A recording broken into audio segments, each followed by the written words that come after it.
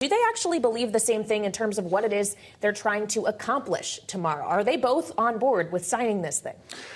As far as we know, at this moment, they are. I don't think Zelensky would be coming if Trump and he were not on the same page when it comes to signing this critical minerals deal. And of course, he was asked about Trump was asked about this in his press conference with British Prime Minister Keir Starmer earlier today.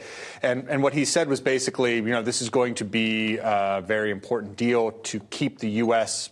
invested in Ukraine and to sort of send a signal to the Russians that the U.S. will be there. And this will come in the place of some other type of backstop, a military backstop, U.S. troops on the ground or something of that nature, which is really what the Europeans and the British want.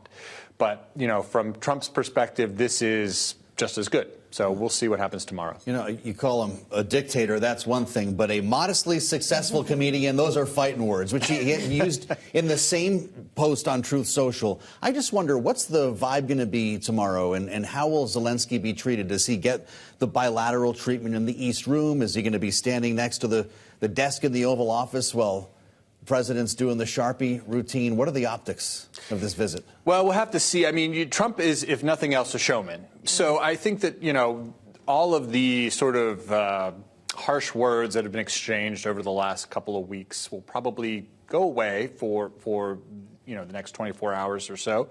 And you will see a united front. Certainly, Trump has a lot of Ukraine supporters on his staff. We know that Vice President J.D. Vance has a perspective on this that is a little bit different. But you look at Michael Waltz as the national security advisor. You look at Marco Rubio as the Secretary of State.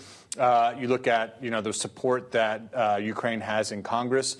So I think that this will be a show of unity. Now, what happens 48 hours after that remains to be seen, because there is still this question of, will Trump and Putin meet?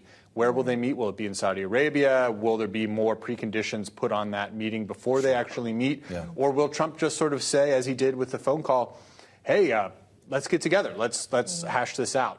So once this agreement is in place, if it is signed tomorrow, which we expect to happen, then this sort of unlocks a lot more to come.